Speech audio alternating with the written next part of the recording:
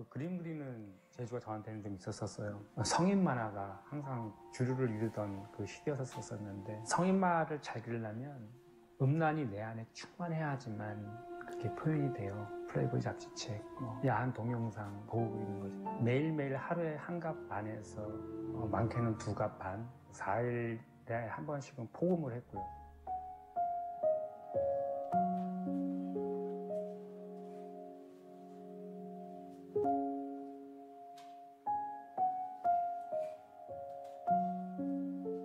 28살 때 이제 피를 토하는 일이 발생이 됐었던 거죠. 고름이 나오더니, 농이 나오더니 이제 피고름이 막 바깥으로 막 나오기 시작하는데, 거울 속에 비친 제 얼굴이 사람이 아니더라고요. 오른쪽 폐 조직이 이제 괴사했다는 판정을 받고, 의사들이 수술해도 죽고 안 해도 죽는다고 얘기했을 때 내가 내 자신한테 포기가 되더라고요. 그래서 그때 이제 완전 절망 가운데서 이제 하나님 나를 천국에 보내달라는 그런 기도를 했거든요.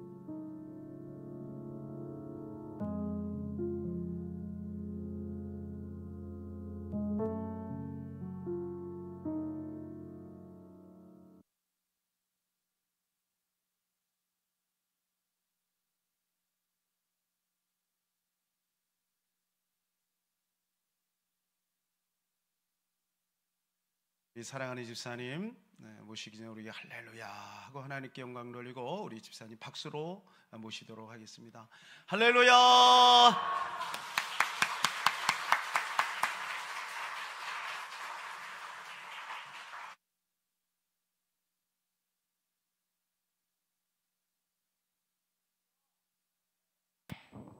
잠시 기도하겠습니다.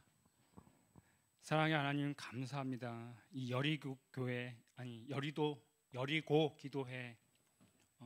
2번째 강사로 세워주신 것 하나님 감사합니다. 이 귀한 자리에서 저의 자랑하다가 내려가지 않게 해주시고 제 삶에 찾아와 주신 예수님만 오롯이 전하는 시간이 되게 하여 주시옵소서.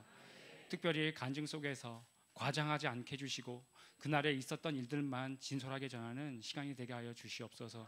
간증의 처음과 마지막을 아버지께 의탁드리며 예수님의 이름으로 기도드립니다. 아멘. 할렐루야. 좌우 옆에 계신 우리 성도님들께 이렇게 축복하시면서 인사하겠습니다. 당신은 예수님의 의를 덧입은 의인입니다. 시작. 당신은 예수님의 의를 덧입은 의인입니다. 그리고 자기 자신한테도 한번 축복하겠습니다. 자기 팔에다가 한번 감싸세요. 맞습니다. 저는 예수님의 의를 덧입은 의인입니다.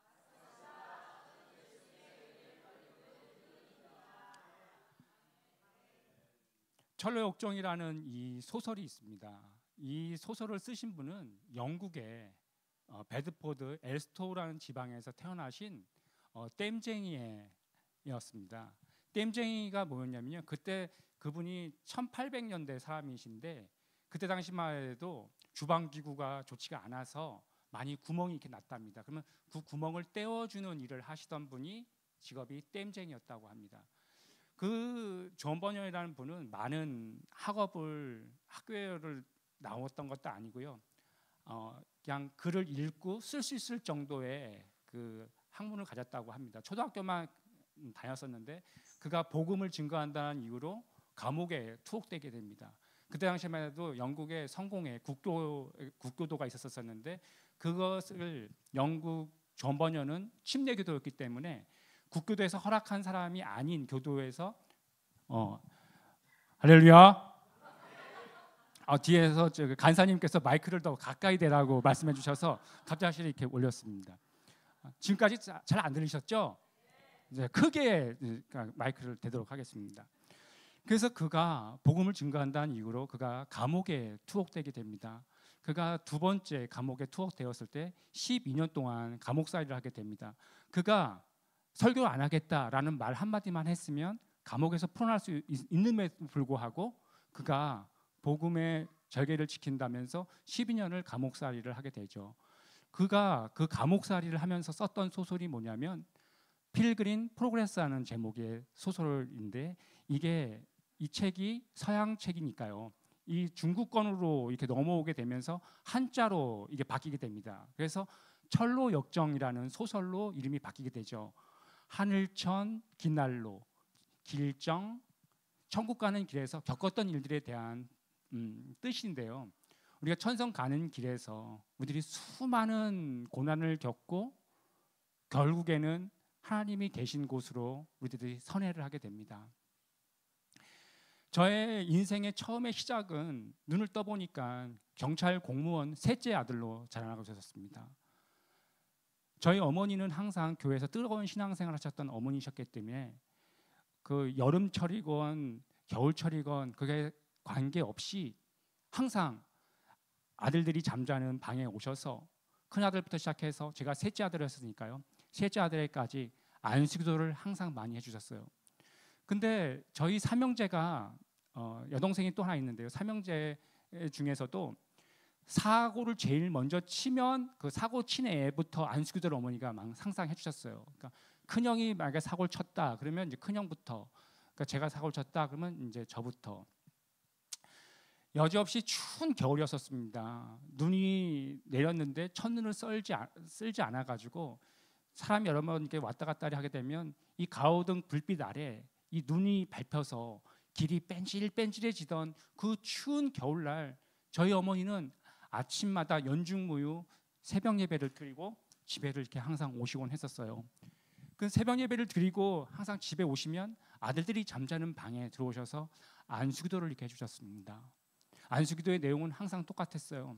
하나님 아버지, 이 자녀들이 나중에 커서 하나님께 영광 돌리는 삶을 살게 해주세요 라면서 어머니가 항상 기도를 하시면 뜨거워지셔서 눈물을 그렇게 흘리세요. 그 어머니의 눈물이 제 눈두덩이에 맞든지 아니면 입술에 탁 맞게 되면 아, 어머니의 눈물은 짜구나라는 것을 알면서 저는 자라나기 시작했습니다. 그리고 추운 겨울날 잠을 자고 있는데 어머니의 차가운 손이 이마를 탁 대게 되면 아, 내가 또 일본으로 사고를 쳤구나. 여러분들이 밑도 끝도 없이 내가 사고를 쳤다고 하니까 사고를 쳤는데 뭔 사고를 쳤길래. 제가 어렸을 때 얼마나 괴짜였었는지 좀 참고적으로 말씀드린다면 저희 교회가 그때 재건축을 하기 위해서 주변에 있는 뒤에 있는 건물들을 매입해서 교회 본당을 다 헐었기 때문에 예배했을 처소가 없었기 때문에 그 뒤에 있는 거실 한 큰 건물에 그 거실을 다투고 안방 다퉈서 기도할 수 있는 공간을 만들어놨어요. 근데 주일 오후에 어르신들이 그때는 주일 오전 예배, 오후 예배 그래가지고 주일날 저녁은 항상 예배가 7시였지 않습니까? 괜히 갑자기 연식이 갑자기 확 다운이 되는 것 같네요. 공감을 해주시니. 그런데 제가 그 신발을 너저분하게 어르신들이 목사님 신발, 장로님 신발, 집사님 신발들이 너저분하게 막 이렇게 펼쳐져 있는데 그 안에 들어가서 앞자리부터 방석을 잡고 앞자리부터 이렇게 앉으셔요. 그러면서 그 얼마나 뜨겁겠습니까? 그래서 기도회가 막 이렇게 진행되고 있습니다. 그러면 이 바깥에서 그 어린 날에 이 9살 철규는 상당히 개구장인데 장난을 치고 싶은 거죠. 뭔 장난을 치고 싶었었냐면 이 너저분한 신발을 보니까 이 전교인을 상대로 한번 장난을 쳐야 되겠다라는 생각이 들었어요. 그래서 그 건물 뒤편에는 그 가마솥을 걸어놓은 그 부엌이죠, 부엌. 큰 가마솥을 걸어놓고 장작불을 집어넣어서 난방도 하고 그 밥으로 이렇게 가마솥 밥으로 전교인이 식사를 하던. 그런데 제가 그 신발을 보니까 그 마대자루가 하나 보이는데 이 마대자루에다가 80kg 쌀가마니 마대자루에다가 목사님 신발, 안수 집사님 신발, 집사님 신발, 권사님 신발을 꽉꽉 누니까 제 몸보다도 더 커진 그 신발 그 뭐라 그러니까 신발이 들어가 있는 쌀가마니를 질질질 끌어가지고 숨긴다는 거 어디다 숨겼냐면 그 건물 뒤편에 있는 그 아궁에다가 그 신발을 밀어 넣었어요. 이런 반응이 너무 좋습니다. 그런데 예배가 마칠 때쯤 계속 추운데 떨면서도 그 반응을 보기 위해서 엄청 떨면서 바깥에 기다렸어요. 예배 시간이 끝난과 동시에 문이 탁 열리면서 제가 원하는 모습이 눈앞에서 펼쳐지는 겁니다. 신발이 어디 갔지? 하고 막 분주히 막 찾으시는데 왠지 모르는 기쁨이 내 안에 막 넘쳤어요. 성공했다는 거죠. 근데 신발을 찾는 일행 중에는 저희 어머니도 계셨어요. 이런 일을 할 수 있는 애는 당신이 배 아파서 낳은 아들 셋째 철규밖에 없다고 생각하셨던 것 같습니다. 저희 어머니가 신발을 찾다가 어떤 행동하셨냐면 철규야! 그 부름에 나도 모르게 쭈삣쭈삣 걸어가면서 어머니의 앞에 다가가는데 저도 모르게 고해성사를 했어요. 내가 안 숨겼어. 그러니까 명확해진 거죠. 어머니는 저의 멱살을 잡고 몇 번 흔드셨어요. 어디다 숨겼어? 나도 모르게 힘이 빠져서 아궁이. 근데 그 아궁이가 그 추운 겨울날 맨정신에 틀림없이 아궁이가 꺼맸기 때문에 밀어넣었지 불이 활활 타는데 이 신발을 자루를 집어넣지는 않거든요. 밀어넣을 때 분명히 꺼맸기 때문에 꺼져 있기 때문에 이걸 밀어넣은 건데, 그래서 이제 신발을 아궁이에 숨겼다 해가지고 뒤편에 돌아가는데 저는 그 아궁이 뒤편에서 그렇게 환한 빛을 처음 봤어요. 그 공간에서 환한 빛이 나오는데 마치 예수님이 임재하신 것만 같은 그 빛이 그 뒤편에서 막 빛나고 있는데 아궁이가 불이 바깥에까지 막 불이 막 나오는데요. 장로님이 맨발로 갈고리를 잡아서 쭉 끄집어 내셨습니다. 그랬더니 그 신발이 신발 본연의 모습을 다 잃고 신발이 다 칠처럼 다 찍다 늘어나는 거죠. 그래서 그 추운 주여 나왔습니다. 그래서 그 추운 겨울날 전교회를 맨발로 가게 했던 놀라운 능력을 지니면서 저는 자라나기 시작했어요. 그러다 보니까 저희 아버지께서는 저를 말보다는 손으로 많이 사랑을 해주셨어요. 저는 아버지께 뜨거운 사랑을 손으로 받으면서 행복하게 이렇게 자라났어요. 그러한 삶이 계속 될 거라고 생각을 했었습니다. 항상 밝았었습니다. 근데 이런 생각이 들었어요. 왜 여름철 되면은 꼭 교회 수련회라는 곳을 가게 돼요. 저희 때만 하더라도 요즘은 이렇게 수련회 시설이 좋아서 이렇게 좀 시설이 좋지 않습니까? 요즘 수련회 장소는. 근데 저희 때만 하더라도 어떤 폐가 같은 데 가가지고 다 쓰러져 가는 데 가가지고 큰 가마솥 들고 와가지고 교회 권사님 집사님들이 밥을 해가시면서, 그럼 나중에 이러죠. 끼니 때, 점심 때, 저녁 때가 되면 항상 이러지 않습니까? 암송을 외워. 그래서 틀리면 다시 돌아가 밥을 안 주는 거예요. 뭔가 이 기독교라는 이 조직은 뭔지 좀 내가 원하는 것과 좀 틀리다. 근데 어머니는 그 눈에도 보이지 않는 그 하나님한테 기도하시는 그 모습이 저는 너무나 이상했어요. 왜 저렇게 눈에 보이지 않는, 왜 물질 세계관에서 갇혀 있는데 왜 하나님의 분은 눈에 계시지 않는데 왜 우리 엄마는 저렇게 울고불고 난리를 치면서 나중에 우리 엄마가 뭐라 그러냐면 기도를 한참 하시다 보면 이런 말씀을 하세요. 코카콜라 펩시콜라, 코카콜라 펩시콜라. 못 알아듣는 말씀을 막 하세요. 나중에 현란하게 무슨 말씀까지 가시면 사이다 랄랄랄랄랄라 막 그러세요. 그럼 제가 어떤 생각이 드냐면 왜 저렇게 하나님이라는 분한테는 꼭 저런 못 알아듣는 말을 하고 왜 눈물을 꼭 흘려야 되며 그 아사비아 콜롬비아 이걸 꼭 해야 되는가? 그게 참 이상했었어요. 그리고 교회 가면 목사님이 할렐루야! 왜 안 나옵니까? 할렐루야! 이상하지 않아요? 누가 시켰어요? 할렐루야! 이게 이상한 거예요. 시키지도 않았는데 아멘이 자동으로 나와. 그리고 목사님이 할렐루야를 강요해. 그리고 목사님이 항상 얘기하시면 첫 번째로, 두 번째로, 세 번째로 다시 한번 종합해서 끝날 듯 끝 안 끝나는 이상한 설교를 들으면서 저 설교가 도대체 언제 끝날까? 몸을 베베 꼬죠. 그럼 어머니께서 그래요. 갱지를 한 장 주시면서, 갱지 아세요? 연식이 상당히 많으시군요. 요즘은 갱지를 쓰지 않죠. A4지라고 해서 하얀 그 백색 종이를 쓰죠.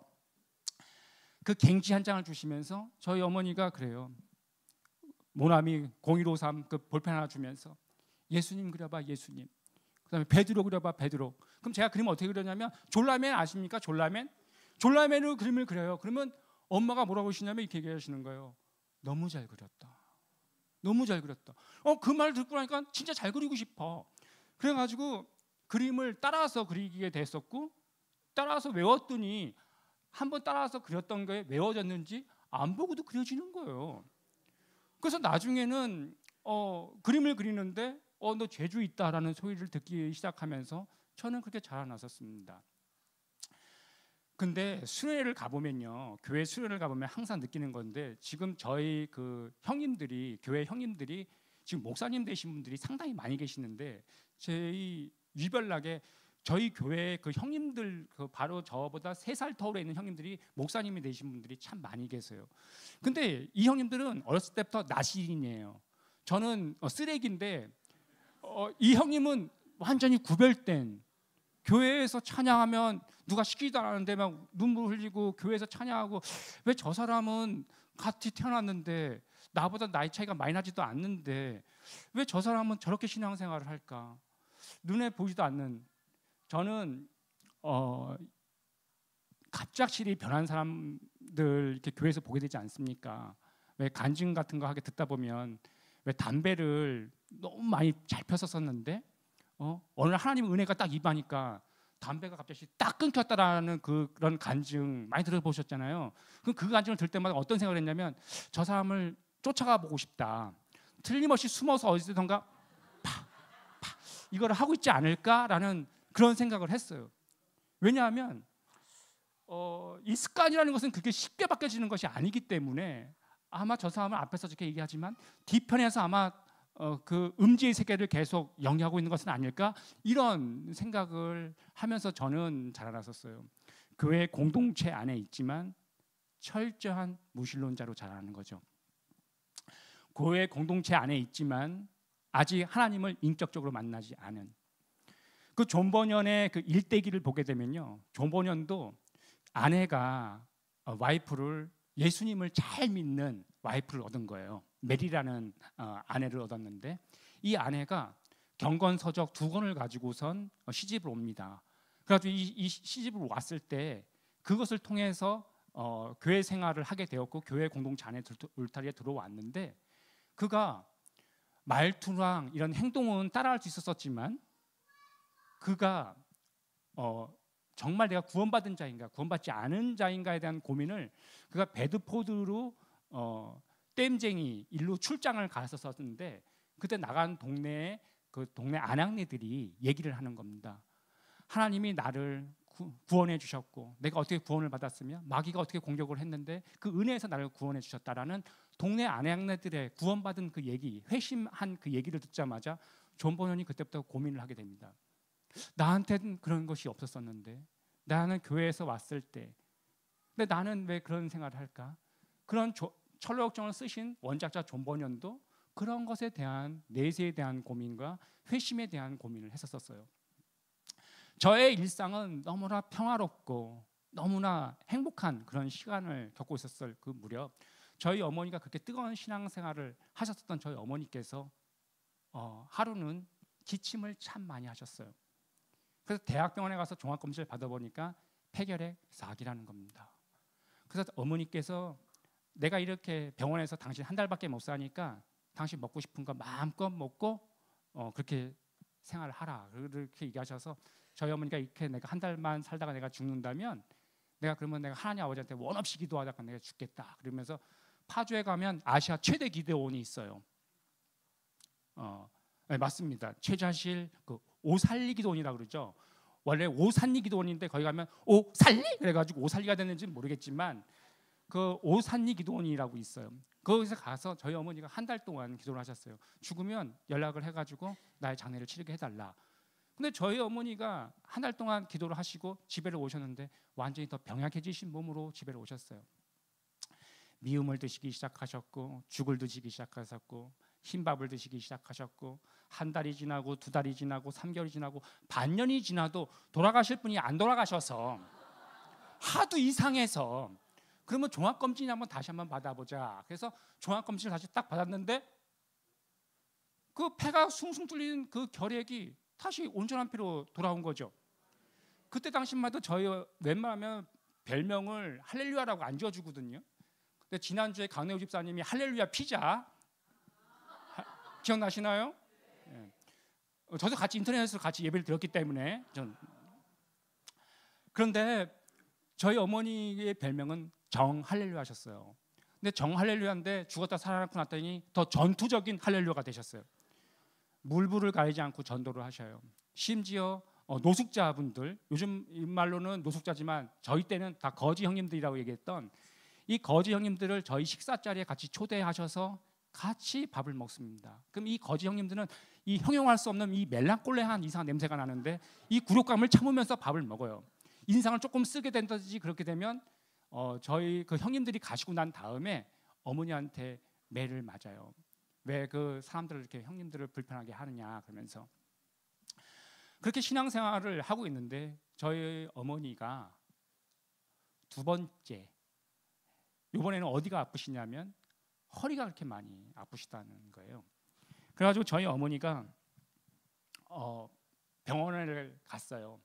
그랬더니 뭐라고 얘기하냐면 그 완치된 줄만 알았던 이 폐결핵균이 척추뼈로 전이가 됐다 그러면서 이 뼈마디를 다 녹이는 거예요. 그래서 제가 뭐라냐면 그러면 그렇지 하나님이 이 물리적인 세상에서 그렇게 할 리가 있겠어? 네, 그러면서 성경에서는 근데 뭐라고 얘기하냐면 보이는 것은 잠깐이요 보이지 않는 것은 영원하다로 얘기를 해요. 근데 저희 어머니는 보이지 않는 세계를 사모했기 때문에 근데 저희 그때 병원에서 뭐라고 얘기했냐면 빨리 수술을 받아야 된다 그래가지고 저희 어머니 등 쪽을 30cm를 개복을 했어요. 강남구 논현동에 있는 영동 세브란스 병원에서 30cm를 개복을 하고 클리브로만 고정해놨는데 그러고 나서 어머니를 그 병원에 있다가 다시 태어나셔서 저희 집에 다시 이렇게 어머니를 안방에 이렇게 모셔놨었었는데 저희 어머니가 아프신 게 한 달이 지나고 두 달이 지나고 반년이 지날 때쯤 되니까 제가 여러분 앞에 맨 처음에 인사할 적에 의인됨을 축복하는 인사로 맨 처음에 시작을 했는데 우리들이 의롭다고 칭함을 받기 위해서는 먼저 우리들이 철저히 먼저 죄인이라는 것을 먼저 알아야지만 우리들이 의롭다고 칭함을 받는 것이 얼마나 감사한지 알 수가 있습니다. 제가 여러분들 앞에서 제가 얼만큼 무서운 생각을 했었던 죄인이라는 것을 제가 여러분들 앞에서 말씀드리겠습니다. 안방에 가보면 저희 어머니를 저희 할머니가 4년 전에 105세의 나이로 저희 할머니가 돌아가셨어요. 아버지 나라로 이사를 가셨는데 그때까지 저희 할머니께서 저희 어머니 며느리의 기저귀를 갈아주는 겁니다. 근데 안방에 가보면 그 어머니의 오물 냄새가 이렇게 났는데 그 오물 냄새를 한 달, 두 달, 반년, 1년 가까이 이렇게 맡다 보니까 나중에 어떤 생각이 드냐면 밤마다 어머니가 너무 고통스러우니까 진통제를 마약성이 들어가 있는 진통제를 맞으면서도 고통이 너무 심하다 보니까 끙끙 앓는 소리를 내셨어요. 자식인데 이런 생각을 합니다. 차라리 엄마 저렇게 힘드시고 너무 아프실 바에는 엄마가 항상 얘기하는 그 천국이라는 곳을 차라리 가는 것이 낫지 않겠나라는 이런 생각이 문득 들 때마다 제가 제 자신한테 놀랐어요. 이렇게 무서운 생각을 할 수 있다는. 이 죄성을 지닌 죄인은 심지어 나를 낳아준 부모라고 할지라도 이렇게 무서운 생각을 할 수 있구나라는 것을 그때 알게 됐어요. 제가 중학교 1학년이 됐을 때 어머니가 두 번째 수술을 받아야 된다 그래가지고 강남구 논현동에 있는 또 병원에서 개복 수술을 했는데 제가 그러한 생각을 해서 그랬는지는 모르겠지만 어머니가 정말로 뇌사 상태에 빠지셨었고 의사가 말로는 뇌에 물이 많이 차 있기 때문에 뇌에 물을 빼내야 된다 그래서 드릴로 구멍을 뚫어서 주사기를 집어넣어서 물을 빼내니까 저희 어머니가 온전한 정신이 딱 15분 동안 들어왔어요. 그러면 이 남아있는 가족들한테 나 먼저 갈게 하고 인사할 줄 알았는데 어머니가 또 습관을 쫓아서 눈을 감으시고 어머니가 마지막 소원 기도를 하셨어요. 하나님 아버지, 하나님께서 저에게 맡겨주신 신랑 교회 마당만 밟고 있습니다.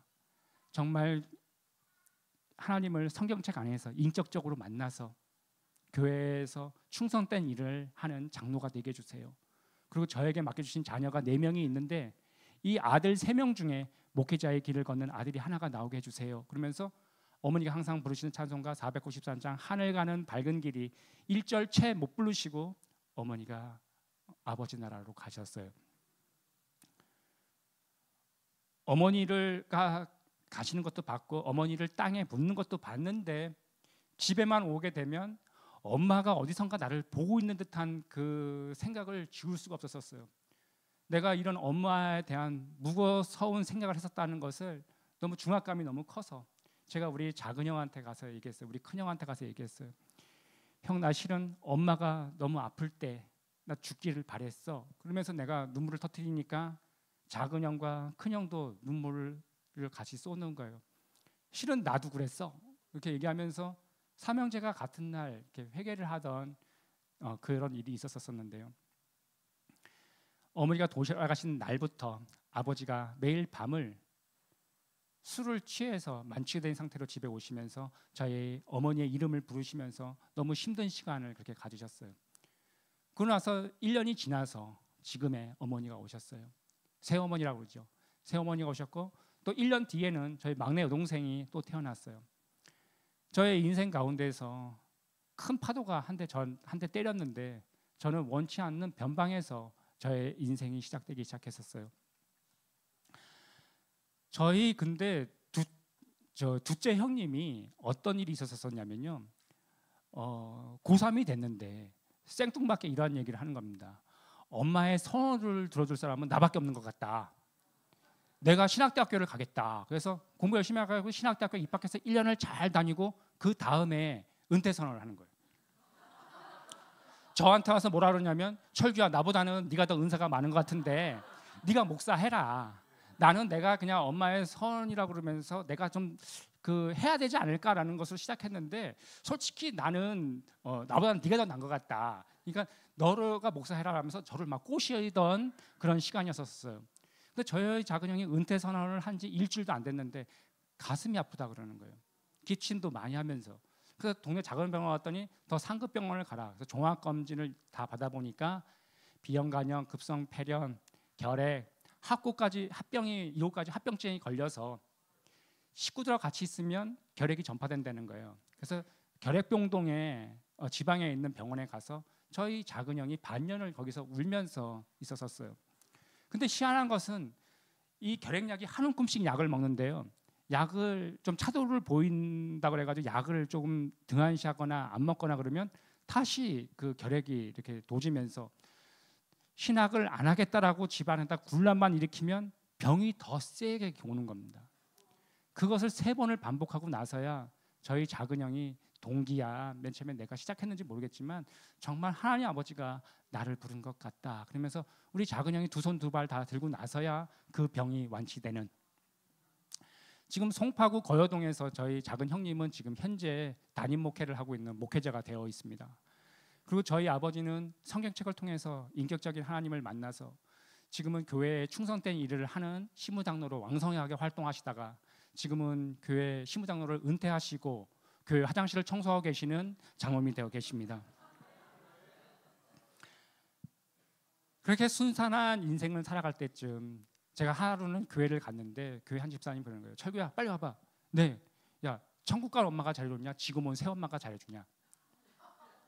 이 말을 듣는데 가슴에 상처를 너무 많이 받아가지고 집사님 입장 바꿔 생각해보세요. 좋은가? 네, 이렇게 얘기하고 싶었지만 그때 어린 나이에 저희 어른들에 대한 것 때문에 교회를 좀 등한시하게 됐었고 잘 안 나가기 시작했었는데 제가 그때 어떤 생각이 들었었냐면 교회에서 숟가락이 몇 개까지 다 아는 조그만한 교회였었기 때문에 저희 교회에 새엄마가 들어왔다는 그 얘기부터 우리 가족사가 너무 오르내리고다 보니까 그게 너무 싫은 겁니다. 그래서 교회를 등한시하게 됐고 좀 안 나가는 계기가 됐었었는데 그러다 보니까 내가 이럴 바에는 그때까지 제가 사춘기가 시작되었었는데 아버지가 경찰 공무원이시다 보니까 아버지가 그때까지 손으로 사랑을 많이 해주시다 보니까 제가 화나서 반발심에 제가 집에 있는 돈을 다 훔쳐가지고 나가야겠다라는 생각하에 여름 방학 때 제가 2층을 몰래 올라가가지고 제가 돈을 훔치려고 들어갔는데 안방에서 아주머니가 그 기도를 하시는데 저희 엄마와 같이 코카콜라, 펩시콜라, 펩시콜라 이러시는데 나중에는 한국말로 기도를 하시는데 뭐라고 하는지 한번 들어봐야겠다. 그래서 얘기하는데 하나님 아버지 저를 이 집안에 2번째 어머니로 세워주셨는데 하나님 저를 정말 이 자녀들을 말씀 속에서 잘 양육하고 키우고 싶습니다. 하나님 그런데 셋째 철규가 말을 너무 안 듣는데 얘를 불쌍히 여겨 주시옵소서 하면서 울면서 이렇게 막 기도하시면서 나중에는 아라라라 뽕따 이렇게 끝나는 기도를 자꾸 하셔서 내가 그 얘기를 우리 큰형 작은형한테 가서 얘기했어요. 형 낮에 저 아줌마가 울면서 우리 생모처럼 기도하더라 라고 얘기하니까 우리 큰형이 얘기하는 거예요. 야, 저 아줌마도 우리랑 살라고 정말 이렇게 얘기하는데 우리 정말로 저분을 어머니로 받아들이자. 그래서 그 다음 날부터 저희 삼형제가 한날 한시에 어머니라고 부르기 시작했어요. 그래서 저희 가족사가 이제 회복이 되고, 저는 군대를 가기 전에 저의 스승님이신 만화가 이현세 선생님한테 제가 평소에 이현세 선생님 그림을 많이 습작을 했기 때문에 그거를 제가 빠른 등기로 보냈어요. 그랬더니 빠른 등기를 받고 나서 이틀이 지난 다음에 당신이 이현세라고 그러면서 전화를 주셨고, 제가 고등학교를 졸업한과 동시에 저는 이현세 선생님 수화에 들어가서 이현세 선생님과 20년을 만화를 그렸고, 제 독단적인 작품 활동은 14년을 해왔습니다. 제가 맨 처음에 소개 영상에도 나왔다시피 저의 처음의 시작은 일반 대본서 만화, 코믹스 만화로 데뷔를 한 것이 아니라 19세 이상들만 보는 성인 만화를 그리기 시작했어요. 그 성인 만화를 그렸던 이유는 딱 하나입니다. 원고료가 좀 더 높았어요. 돈을 더 많이 받으려고 제가 그거를 선택했고, 그렇게 친구들보다, 대학교를 다녔던 친구보다 더 먼저 차가 있었었고 더 세상적인 가치관을 쫓다 보니까 저는 넓은 대로를 향해서 열심히 달렸었습니다. 그 돈이라는 종이가 저에게 행복을 줄 줄 알았었고, 그 돈이라는 종이를 더 많이 벌기 위해서 밤을 새면서 그림을 그렸습니다. 하루에 한 갑 반에서 두 갑 반씩 담배를 피웠고, 술은 왜 이렇게 단지 먹어도 취하지가 않을 정도로 맛있게 소주를 탐닉하면서 행복한 삶을 지냈어요. 미술이 좋았고 그림 그리는 것이 좋았고 술자리에 음담패설하는 것이 즐겼던 제 28살 겨울이었습니다. 하루는 기침을 했습니다. 손에 연한 피기가 떤 물이 나와서 너무 놀라서 동네 작은 병원을 갔더니 의사가 청진기를 대면서 고개를 갸우뚱거리면서 최철규 씨 엑스레이 사진 한번 찍었으면 좋겠어요. 그래서 엑스레이를 찍었더니 의사가 직접 나와서 최철규 씨 빨리 안으로 들어오세요. 그래서 딱 들어왔더니 엑스레이 사진을 보여주면서 오른쪽 폐가 껌에 있는 사진을 보여주시는 겁니다. 그러면서 당신 오른쪽 폐가 지금 구멍이 나 있어서 지금 횡격막 사이에 공기가 꽉 차 있으니까 빨리 대학병원에 가서 수술을 받으라는 거였었어요. 그래서 제가 어머니한테 얘기를 하니까 저희 어머니가 너무 놀라셨고 소견서를 받고선 그 다음 날 대학병원에 갔어요. 그러면서 의사가 그 소견서를 보고 엑스레이를 찍고 난 다음에 CT 촬영, MRI 모든 걸 검사하고 난 다음에 왜 이렇게 늦게 왔냐 그러면서 의사가 저한테 뭐라 그러시냐면 빨리 응급실에서 얼마나 급했는지 상의를 탈의하라. 그래서 상의를 벗고 난 다음에 6번째 갈비뼈에다가 메스를 그어가지고 튜브를 박았습니다. 호수를 이렇게 박아가지고 투명한 호수였었고 이렇게 물이 담겨 있는 이런 통이었었는데 이 통을 통해서 이렇게 튜브를 연결시켜놨어요. 그래서 제가 기침을 많이 하라고 그랬었거든요. 기침을 콜록하면 밑에서 그 기포가 물방울이 보글보글 이렇게 올라와요. 구멍이 샜기 때문에 이 계속 물방울이 새어나와요. 그러면서 기침을 많이 하게 되면 폐가 정상으로 펴진다는 거예요. 제 병명은 맨 처음에 기웅이라는 병명으로 맨 처음에 입원하게 됐었는데 병원 생활 40일 만에 병명이 3가지로 바뀌었습니다. 맨 처음에 기웅이라는 병명으로 입원했고 나중에는 폐 조직이 썩는다는 농흉으로 바뀌었고 나중에는 혈흉이 동반되면서 피를 토하기 시작했어요. 나중에는 폐혈증이 오기 시작했었고 의사가 수술해도 죽고 안 해도 죽는다고 얘기를 했어요. 대학병원에 가보면 아시겠지만 대학병원에는 목이 꺾여 있는 소변통이 있어요. 그러니까 화장실까지 걸어 나가지 못하니까 거기서 이제 소변을 보게 되는데 제 키가 178cm 키에 몸무게가 46kg 나가는 거예요. 저희 교회 권사님이 우리 철규 입원했다고 하니까 신방을 오셨어요.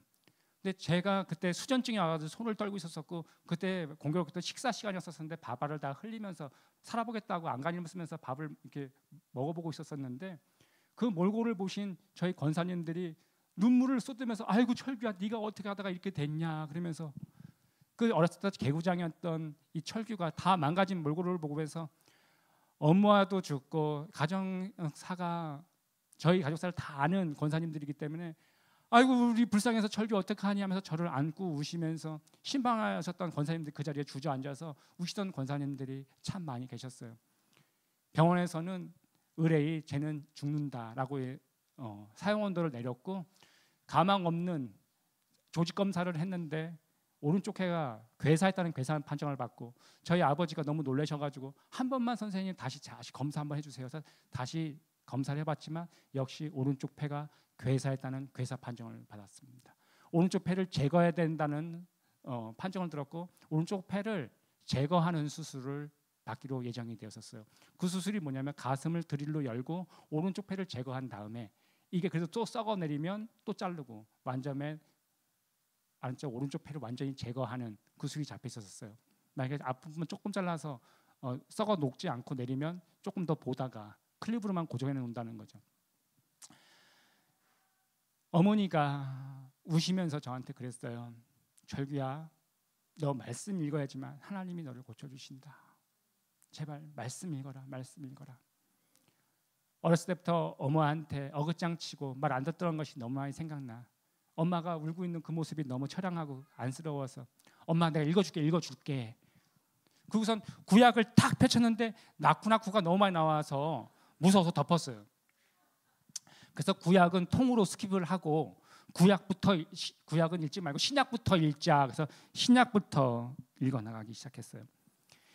제가 지금부터는 여러분들 앞에 성경 구절을 참 많이 이렇게 알려드릴 겁니다. 그럼 이 성경 구절을 여러분들 좀 몇 장 몇 절 그걸 좀 메모해 놨다가 여러분들 조용히 성경 말씀을 읽으실 때 이 말씀을 본인에게도 한번 적용해서 한번 읽어봐 주시고 한번 묵상하는 시간을 가져보세요. 나는 정말 하나님 앞에 구원받은 자인가? 나는 정말 대로에서 돌아선 사람인가? 성경 말씀을 읽어나가면 마음이 평화롭고 저는 기쁠 줄 알았어요. 그리고 수술 받는 것에 대한 두려움도 점점 사라질 줄 알았는데 성경책을 읽으면 읽을수록 나는 구원을 받은 자인가? 나는 천국 백성인가 지옥 백성인가? 그 고민에 도달하게 되었어요. 나는 교회 마당만 밟았던 사람인데 어떡하지? 왜 사람이 죽음을 생각하게 되면 그 두려운 마음이 드는지 그 이유가 있는데요. 잠언 10장 24절에 보게 되면 이런 말씀이 있어요. 악인에게는 그의 두려워하는 것이 임하거니와 의인은 그 원하는 것을 이루어지느니라. 악인에게는 그 두려워하는 것이 임하거니와 악인, 죄인, 괴수 이들이 가는 곳은 어디를 가게 되냐면 지옥이라는 곳을 가게 돼 있어요. 왜 지옥을 가는 것을 두려워하는 그 이유가 있는데요. 전도서 3장 11절에 이 말씀이 있어요. 하나님이 모든 것을 지으시되 때에 따라 아름답게 하셨고 또 사람들에게 영원을 사모하는 마음을 주셨느니라. 우리들의 마음속에 영원히 살고픈 그 마음을 심어놨기 때문에 당신의 생명이 이제 한 달입니다, 두 달입니다. 그 사형원들을 받게 되면 더 이 땅에서 영원히 살고픈 그 마음 때문에 그렇게 힘든 것이거든요.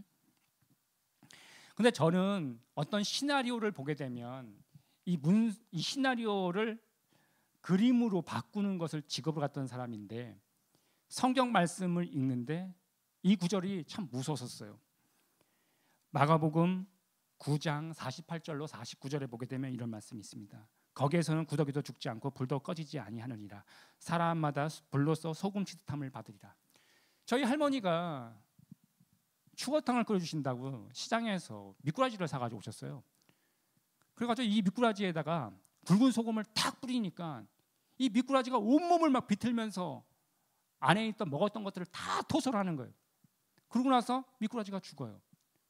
아마 거기는 소금 치듯함을 받는다는 했던 그곳이 지옥이라는 표현인데요. 성경에 나오는 지옥이라는 표현인데 아마 이러한 곳이 아닐까라는 이런 생각이 머릿속에 스치니까 성경 구절이 있는데 마음이 평화로운 것이 아니라 그리고 밤에 잠을 못 이루니까 밖에 병원 복도를 이렇게 거닐다 보면 우리 인체 그 해부도 같은 게 막 이렇게 펼쳐져 있잖아요. 그럼 그것을 내 속에 그런 것이 있음에도 그 껍질 벗겨놓는 그런 것을 보게 되면 더 눌려가지고 너무 겁이 나고 두려운 거예요. 그렇게 시간을 보내고 있는데 제가 고린도후서 13장 5절 말씀이에요.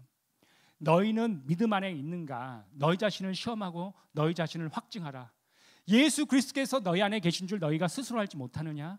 그렇지 않으면 너희는 버림받은 자라는 말이 있어요. 네가 구원받은 자인지 네가 구원받지 않은 자인지를 네가 네 자신을 한번 시험해보고 너 자신을 한번 확증해봐라는 것이 성경 말씀에 딱 있는데, 제가 만약에 아프지 않았던 상태에서 만약에 이 성경책 말씀을 읽었다라면 저는 이 말씀을 쉽게 간과할 수가 있었을 거예요. 쉽게 지나칠 수 있었을 거예요. 근데 내가 지금 위경에 처해 있고 내가 지금 삶이냐 죽음이냐 기로에 서 있는 상태에서 성경 말씀을 읽는데 이 말씀은 전혀 남의 이야기가 아니었던 거예요. 이 말씀을 읽어 나가는데 성경 말씀을 읽는데 손이 막 떨려오게 됐던 성경 구절이 있습니다. 요한일서 5장 10절 말씀이 있는데요.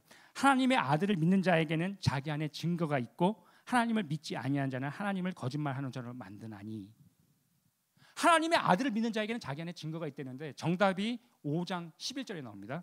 또 증거는 이것이니 하나님이 우리에게 영생을 주신 것과 이 생명이 그의 아들 안에 있는 그것이니라. 하나님이 네가 잘하면 영생을 줄게, 그게 아니고 벌써 하나님이 우리에게 영생을 주신 것과 하나님이 벌써 영생을 줬다는 거예요. 과거형이에요.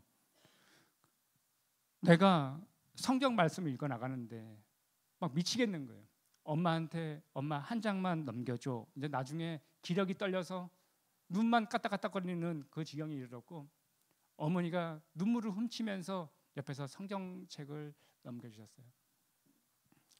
참 기가 찹니다. 내 친구들은 그때까지 같이 교회를 다니던 친구가 있었었는데 그 친구랑 나랑 똑같이 주일 전날에도 토요일 전날 과음을 하고 주일날 그렇게 교회를 다니던 그렇게 가짜 신앙생활을 하던 친구가 이 친구가 와가지고 자기는 그런 생활을 계속하고 있고 제가 그때 어떤 생각을 했었냐면 왜 나라는 존재는 이렇게 태어나가지고 왜 이렇게 갑작스레 몸이 망가져서 나는 이렇게 죽기로 돼 있는 거지?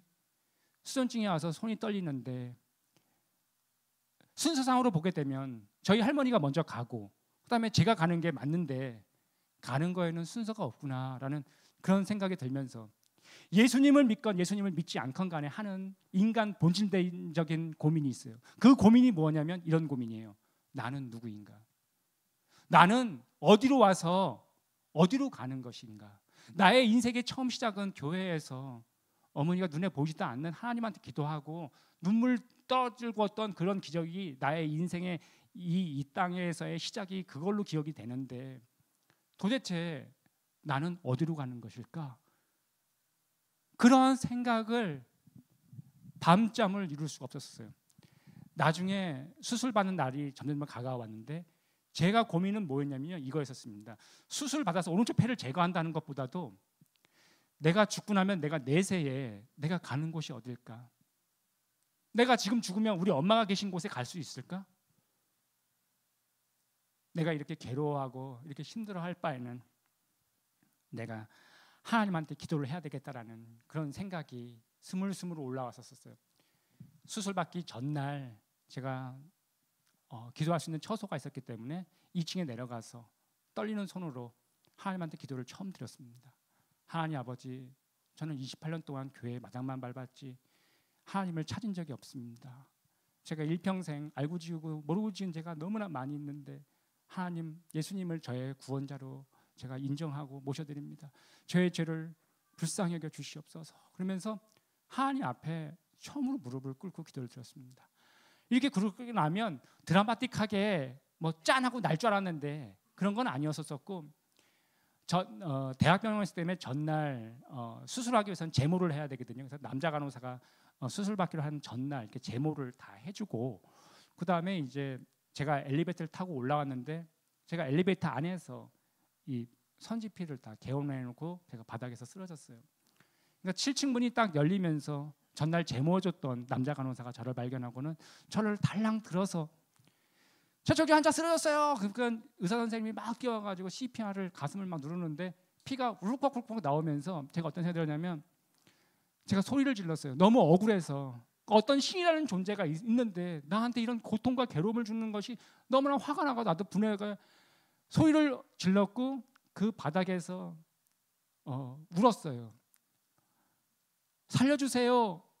근데 호흡이 너무 안 되다 보니까 나중에는 산소 얇은 마스크에 그 관을 끼고 있었었고요. 나중에는 호흡이 잘 되지 않다 보니까 강제호흡기를 나중에 끼게 됐었었는데, 나중에는 너무 숨 한번 크게 들여 마셔보고 뱉고 싶은데, 왜 물고기 금붕어 물에 떠가지고 이런 거 있지 않습니까? 산소가 모자르다 보니까 뻐끔뻐끔 하듯이 숨 한번, 이것이 계속 반복이다 보니까 그렇게 쓰러져 있는데, 그 의사 선생님이 수술복으로 갈아입으라 그래서 수술복으로 갈아입고 수술용 닌겔바늘로 꼽고 내려가셔서 엑스레이 찍고 올라오라는 겁니다. 그래서 내려가가지고 엑스레이 그 간호사를 부축을 받아서 내려가서 1층에 내려가서 엑스레이 사진을 찍고 다시 7층으로 올라오니까 저희 담임 목사님이 새벽 예배를 인도하시고 올라오셨어요. 그러면서 저한테 뭐라 했냐면, 하나님이 선하신 길로 인도할 거니까 하나님 의지하면서 수술 받으라. 하나님, 저는 근데 목사님 구원받지 못할 것 같은 것에 대한 이 두려움이 있어요. 저 그 말을 딱 하고 싶은데 왠지 모르는 그 말을 하기에는 타임이 맞지 않아가지고 머뭇거리다가 그 얘기를 못해서, 목사님한테 나 구원에 대한 확신이 없는 것 같아요, 이런 말을 할까 말까 망설이다가 말을 못해서 복도에서 그렇게 가면서 그 말을 안 한 것을 후회하면서 그 수술실로 점점 이동하고 있는데, 인턴 의사 한 분이 어제 찍었던 엑스레이 사진과 지금 금방 찍었던 엑스레이 사진 두 장을 들고 와서는 막 뛰어와서는 형광등 불빛 아래다가 똑같이 들었는데, 제가 기도하고선 올라온 그 4시간 만에 폐가 다시 정상으로 펴진 거예요. 의사 선생님들이 다 와가지고 그 기적으로 나온 환자 어디 있냐 그러면서 그 차트를 좀 보자 그러면서 저한테 와가지고 그 차트를 보고선 저한테 실제로 인터뷰를 하셨고, 어떤 그 의사 선생님은 저한테 뭐라고 하시냐면, 하나님이 하신 게 아니고서야 이게 가능하냐 그러면서 저한테 전도를 하시는 거예요. 제가 그만치 무신론자처럼 보였었나 봐요. 그런데 제가 이렇게 기적을 맛보고 이렇게 살아났는데, 제가 서원 기도를 한 것도 있지만 죽었다 살아났고 났다고 하는데 호흡이 협으라고 하는데도 물방울 기포가 올라오지 않고, 기침을 컬럭 해도 기포가 올라오지 않고, 분명히 여기는 피 고름에 피 거품만 잔뜩 있었던 물병이었었는데 그게 갑자기 멈춰버린 거예요. 그러니까 의사가 뭐냐면 수술실 앞에서 다시 저를 돌려보냈어요. 다시 한번 엑스레이 찍고 다시 검사를 맡아서 수술 보류, 그래서 수술실 들어갔다가 다시 나왔어요. 근데 역시 폐는 정상으로 다시 돌아왔어요.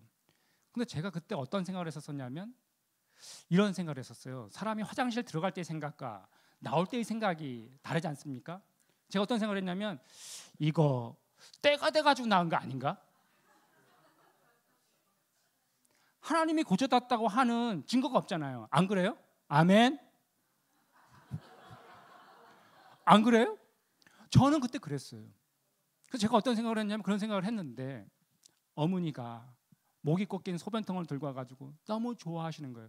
죽었던 아들 살아났다고 어머니가 이렇게 기뻐하게 들어오시는데 어머니를 실망시키고 싶은 생각이 안 들잖아요. 그래서 또 성경책 읽어드리는 모습도 보여드려야지. 그래서 성경책을 딱 펼쳤어요. 근데 너무 오바해서 성경책을 펼치는 바람에 성경책이 침상 바닥에 딱 떨어진 겁니다. 그래서 이 펼친 면을 그대로 들어서 제가 성경책을 내 침상에 딱 놨는데, 시편 3편 3절에서부터 5절 말씀이 딱 펼쳐지는 거예요. 여호와여, 주는 나의 방패시요 나의 영광이시요 나의 머리를 드시는 자신이다. 내가 나의 목소리로 여호와께 부르짖으니 그의 성산에서 응답하시는도다. 내가 눕고 자고 깨었으나 그가 나를 붙드심이로다. 누가 붙들어요? 하나님께서 우리를 붙들고 계신다는 것을 제가 30초 전까지만 하더라도, 이거 때가 돼서 나왔나? 이 바로 왕이 10가지 재앙을 맞고도 이 완악함이 끝까지 가듯이 이 죄성을 지닌 죄인은 하나님을 인정하려 들지 않거든요. 그래서 제가 어떤 생각을 했냐면, 이거 때가 돼서 나왔나 했는데 이 말씀이 눈에서 딱 펼쳐지는 순간, 하나님은 내가 이런 얄팍한 생각할 거를 미리 아시고 이 말씀을 보여주신 거예요. 그러니까 눈물이 갑자기 막 펑펑 쏟아지는 거예요. 저는 그때서야 성경책은 이렇게 읽는 거구나라는 것을 그때 알기 시작했어요. 아, 이건 다 나한테 얘기한 거였네. 그래서 거기다 내 이름을 대입해서 읽기 시작하니까 말씀이 다 열리는 거예요. 왜? 하나님을 너무 알고 싶잖아요. 근데 저는 성경 말씀을 읽으면 2장만 읽으면 졸음이 와요. 여러분들은 졸음 안 오시나요? 아멘. 저는 성경만 쓰면 2장을 넘으려면 졸음이 오고 하품이 와요. 그래서 내가 하나님한테 뭐라고 했냐면, 하나님, 제가 성경 말씀을 읽을 때 졸음이 안 오고 좀 잘 좀 읽을 수 있게끔 하나님 은혜를 주세요라고 기도를 드렸어요. 그랬더니 어떤 일이 발생됐었냐면, 그때 온라인 성경이라고 인터넷 사이트에 들어가보면 성경 말씀을 읽어주는 사이트가 있었었는데요. 그걸 틀어놓고 아침부터 저녁 때까지 이것만 보는 거예요. 밥 먹고 성경 말씀 읽고 밥 먹고 성경 말씀만 읽으니까 한 달에 2독을 하게 되는 거죠. 성경 말씀을 읽고 또 읽고 읽고 또 읽고, 내가 그 돈이라는 종이가 나한테 위로와 평안을 줄 줄 알았는데 위로와 평안을 준 것이 아니라 나를 헛되고 헛된 것에 끌고 왔었던 것이구나 라는 것을 알게 되었고, 제가 그때부터 다시 일상을 살기 시작해서 그 화실을 복귀했는데, 사람의 의지는 그렇게 길지 않은 것 같습니다. 사람의 고집과 자기만의 이런 확신을 가지고선 진행하는 모든 것들은 다 한계점에 이르게 되는 것 같아요. 내가 하지 말아야지 하게 되면 그것을 더 탐닉하고 더 하게 돼요. 제가 다시 화실에 복귀를 해가지고 일을 하게 되는데, 돈이라는 게 필요하지 않습니까? 성인 만화를 분명히 그리지 않는다고 하나님한테 기도를 드렸는데 돈이 또 필요하다 보니까 이거 어떡하지? 고민이 되는 거예요. 그래서 제가 꾀를 부렸는데, 제가 어떤 꾀를 부렸냐면 저의 선배 형님의 성인 만화책을 도와줬어요. 제 힘으로 나오는 건 아니죠. 근데 하나님께서 이것을 잘했다, 잘한다 이렇게 얘기하실까요? 매일 산에 이렇게 올라가다 보면 산에 여름철에 이렇게 등산을 딱 해요. 발이 한번 확 미끄러지는 거예요. 낙엽이 쌓인 길인데 탁 미끄러졌어요. 왜 그러냐면 이 낙엽 속에 물이, 장마 기간에 물이 미처 마르지가 않았기 때문에. 왜 산길 올라가다가 이렇게 한번 찍 미끄러져 보신 그런 기억들, 연식이 상당히 오래되셨으니까 아시지 않으시나요? 권사님 시침이 떼지 마세요. 그래서 그런 경험을 하게 되잖아요. 이 죄성이라는 게 그렇습니다. 제가 어떤 행동을 했었냐면요, 주일날 저녁 때 너무 화가 나니까 화실에서 안 좋은 일이 있어서, 야, 담배 하나 줘봐.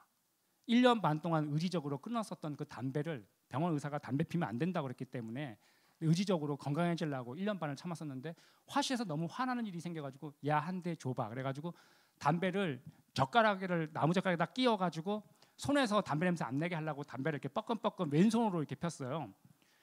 그러다가 나중에 이제 좀 술이 좀 과하거나 그러면 왼손으로 담배를 퍽 그러면 도나스가 뻥 돼가지고 이렇게 나가요.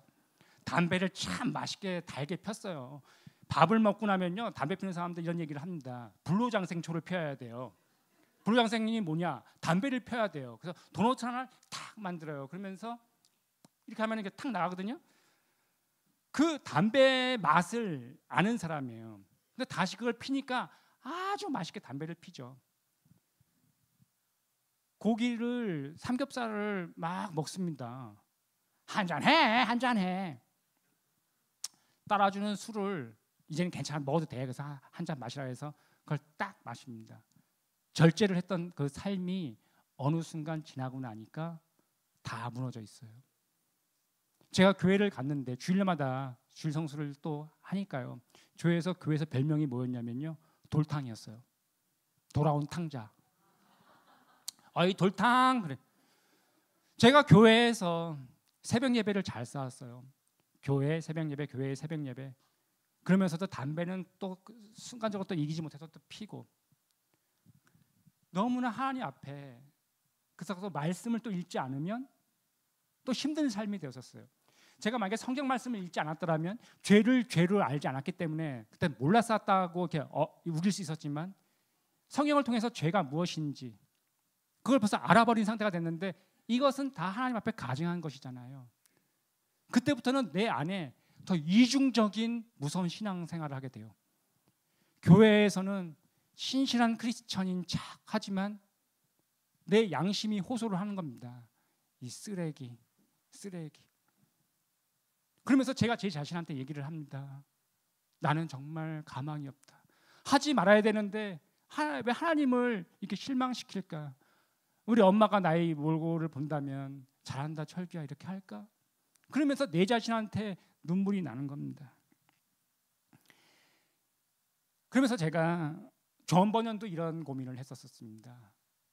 그가 하루는 주일날 예배를 마치고 나서 자치기 있잖아요. 자치기 한 대 딱 제가 작은 나무를 딱 때려가지고 한 대 딱 쳐가지고 멀리 가는 거 해가지고 50 이런 거 해보셨죠? 그 전번연도 자치기를 했답니다. 자치기해서 딱 때리려고 하는 순간 하나님의 음성이 들어왔어요. 그 하나님의 음성이 뭐냐면, 야, 네가 계속 죄를 짓고 지옥에 갈 거냐? 아니면 그 죄를 나한테 내려놓고 천국으로 올 거냐? 하나님의 음성은 어느 날 어느 때에 마음속에 칠지 모릅니다. 그래서 말씀을 많이 알고 있어야 그 말씀이 여러분한테 들리게 됩니다. 하나님을 알고 싶으세요? 성경책을 읽으세요. 할렐루야. 제가 성경 말씀을 읽는데 제가 떼굴떼굴 구르는 겁니다. 방 안에서.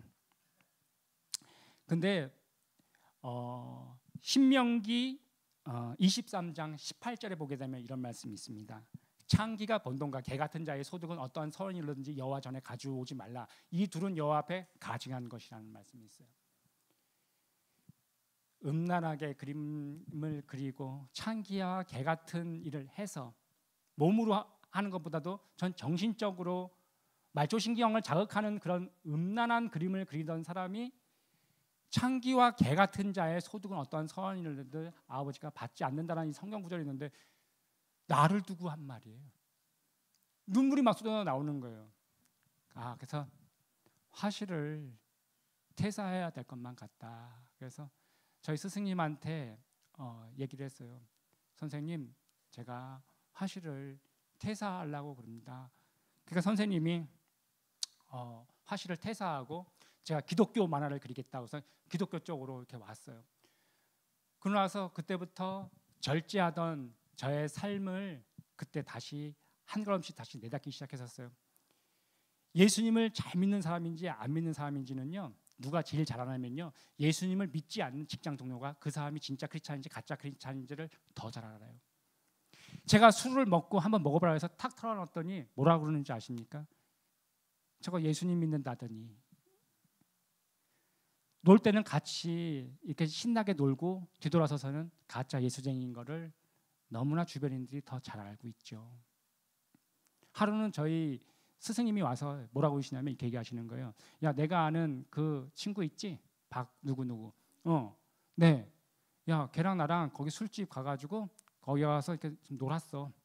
근데 새벽 예배 대표 기도라고 그러면서 술 시큼 먹다가 걔 대표 기도하러 가야 돼. 나 갈게 그러면서 가더라.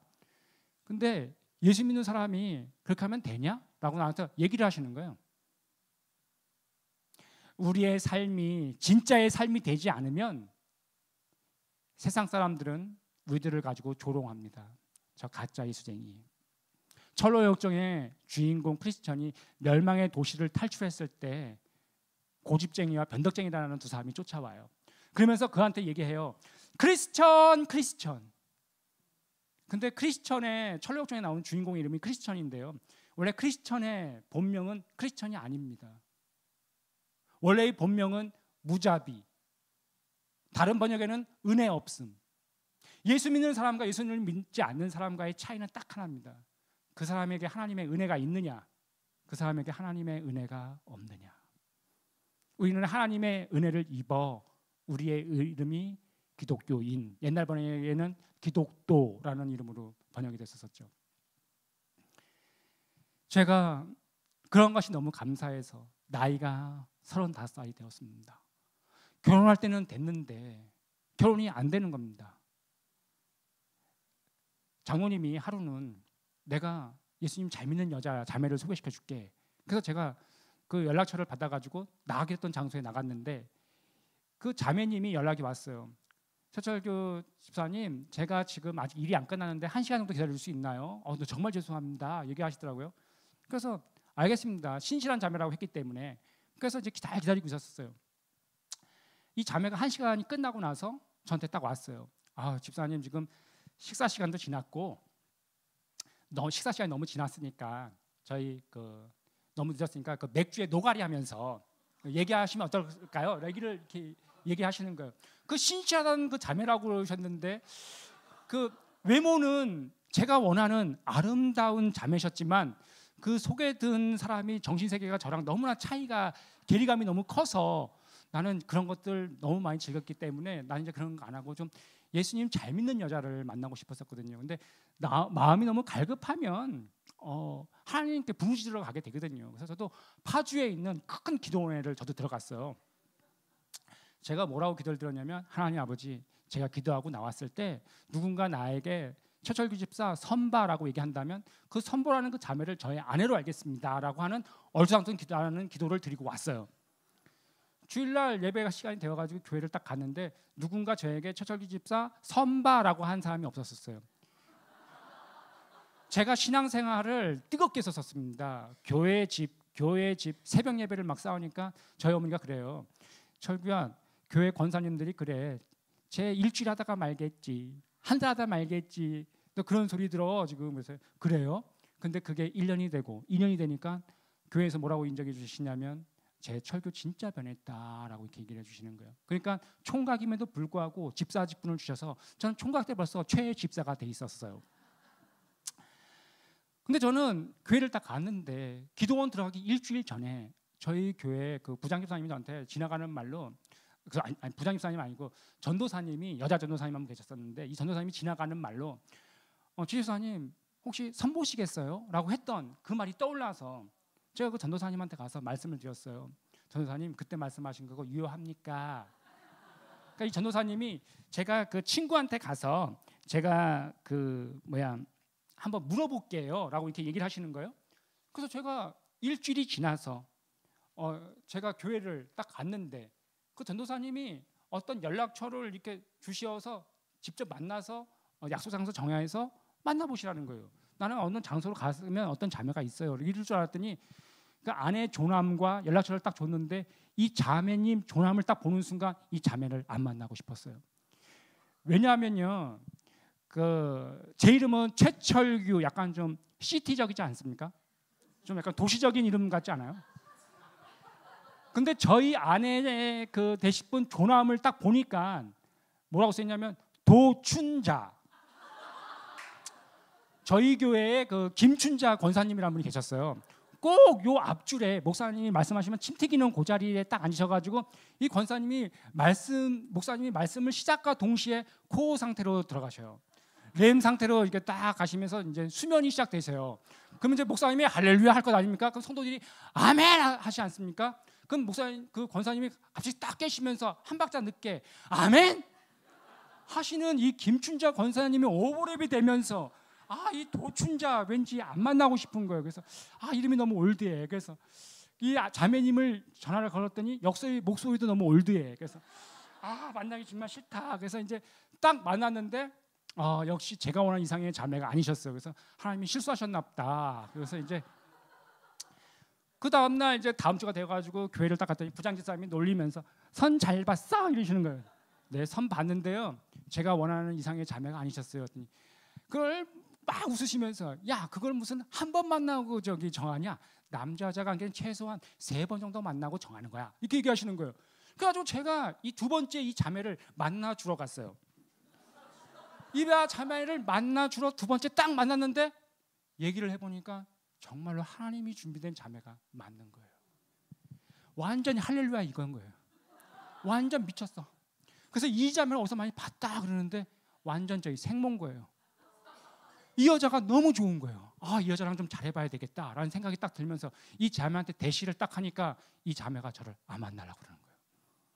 왜 그러냐면 이 자매를 내가 두 번째 만났을 때 무슨 만화책을 그리세요? 그래가지고 제 차 트렁크 안에 내가 그렸던 성인 만화책이 한 권 있었는데 그걸 아무 생각 없이 선물로 줬거든.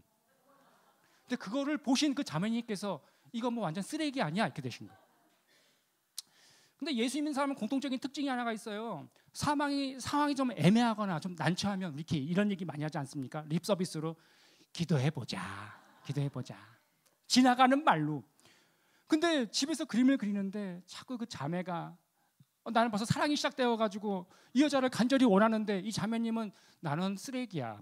너는 이제 안 만나. 이런 하는 것 같은 저 말하기다 보니까 이런 혼자 상상하면서 이미지도 그림 그리고 장난식으로 이렇게 그림을 많이 그리는 사람인데 그게 떠오르면서 마음이 너무 무거운 거예요. 그래서 안 되겠다. 기도원을 또 들어가야 되겠다. 그래서 파주에 있는 큰 기도원을 또 들어갔어요.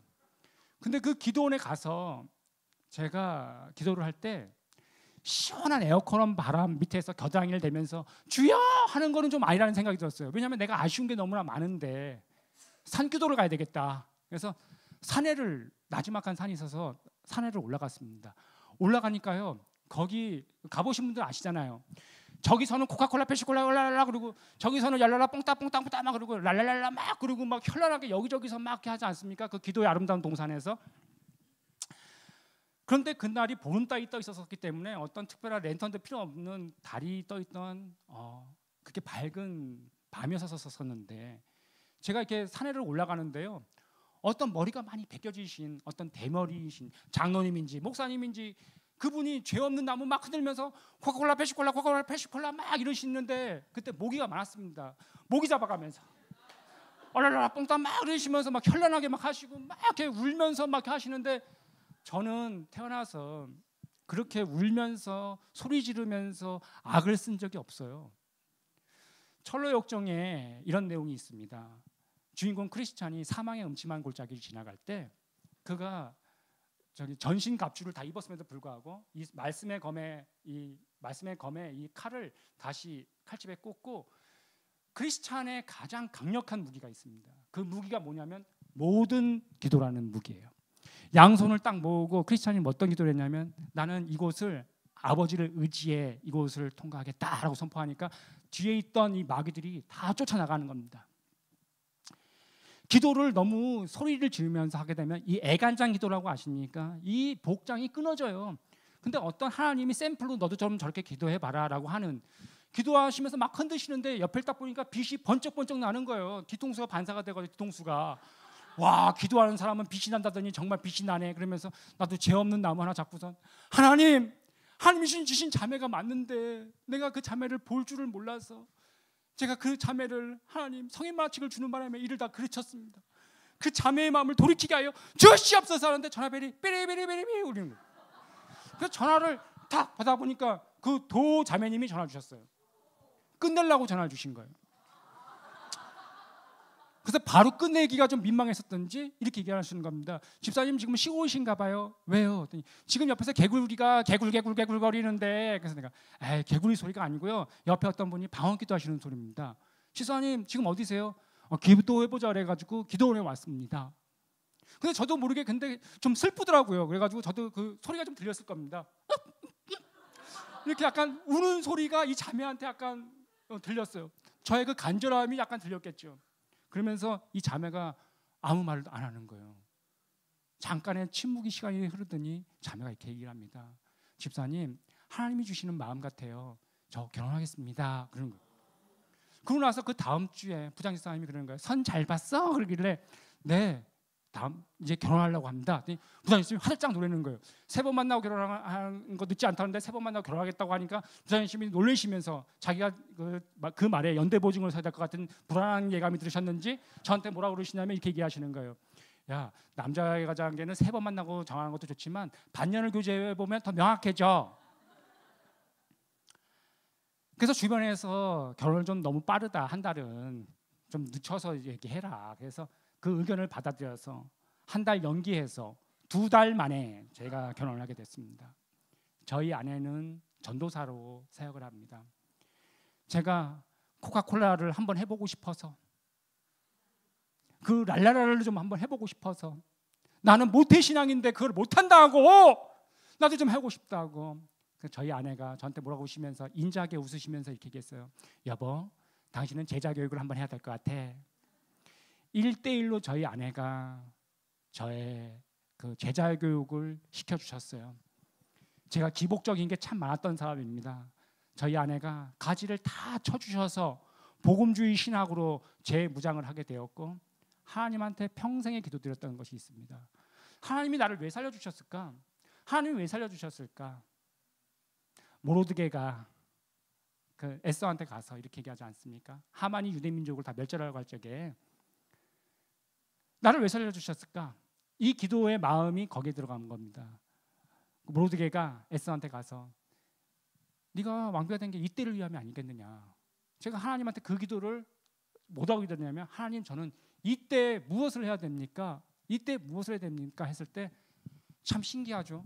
머릿속에서 주마등처럼 지나가는데, 저희 어머니 병상 머리맡에는 항상 두 권의 책이 있었었는데, 한 권은 성경책이었고 한 권은 철로역정이에요. 저희 작은 형 서재를 딱 갔는데 어머니 유품 철로역정이 거기에 딱 꽂혀 있는 거예요. 1978년도 5월 10일에 출간된 철로역정, 47살 된 저희 어머니 철로역정이 거기에 꽂혀 있는 거예요. 이게 저희 어머니 진짜 철로역정 유품입니다. 제가 여러분들한테 한번 보여드리려고 이렇게 누렇게 바랜 이 어머니가 철로역정. 어머니가 이 책을 읽으면서 천국을 가기를 희망하셨어요. 예수님을 인격적으로 만난 사람들은 다 넓은 대로를 걷던 사람들이에요. 이름을 내고 돈을 많이 벌고 이 땅에서 이름을 내는 곳에 대로를 향해 열심히 향해 그곳을 향해 달려나가죠. 근데 어느 순간 예수님을 인격적으로 만나는 순간이 와요. 그것이 육체의 질병일 수도 있고, 아니면 성경책을 읽다가, 아니면 어떤 환경 속에서 누가 권해줬는데 한번 교회에 발을 내딛게 됐던 순간, 혹은 친구가 내가 너를 위해서 전도를 했다라고 하면서 친구 손을 잡고선 교회 마당을 밟았던 그 순간, 가랑비에 옷 젖는 사람도 있고, 어느 날 갑자기 옷이 버켓으로 이렇게 다 부어버리는 사람도 있지만, 예수님을 인격적으로 만난 사람들은 그 길에서 돌이키는 순간이 있었어요. 넓은 길을 추구했다면 그 길에서 돌아서서 예수님께서 우리에게 말씀하신 좁은 문을 통과해 좁은 길을 걷는 자기만의 인생이 시작되기 시작합니다. 그 길을 걷다 보면 고난이라는 것도 항상 동반되게 되죠. 저에게는 고난의 산이 정말 많았어요. 그래서 제가 아내한테 얘기를 하면서 제가 그때 꿈을 알게 되었어요. 철로 역정을 만화로 그리고 싶다. 우리 작은 형이, 내가 이 책을 넣었다 뺐다 너무 많이 하니까 작은 형이, 야, 네가 가져가거라. 네가 갖는 게 맞는 것 같다. 어머니가 주셨던 성경책을 읽어 나갔습니다. 철로 역정을 읽어 나갔습니다. 내가 말씀이 채워주기 전에 철로 역정을 읽었을 때는 도통 무슨 말인지 몰랐어요. 이 철로 역정을 제2의 성경이라고 얘기할 정도로, 이 철로 역정 안에는 이 교회론을 비롯해 가지고 이 안에 우리들이 어떻게 구원받은 자인지 그것에 대한 내용들이 이 안에 자세하게 나와 있습니다. 그러다 보니까 내가 철로 역정을 그려야 되겠다라고 하면서, 철로 역정 그리기 위해서는 돈이 많이 필요하지 않습니까? 그래서 저는 그때 강남구 논현동 가로수길에서 살고 있었는데, 제가 하나님한테 기도해보라 그래가지고 우리 아내가 얘기하는 거예요. 여보, 일주일 동안 하나님한테 한번 기도해보고 정하자 얘기를 하는 거예요.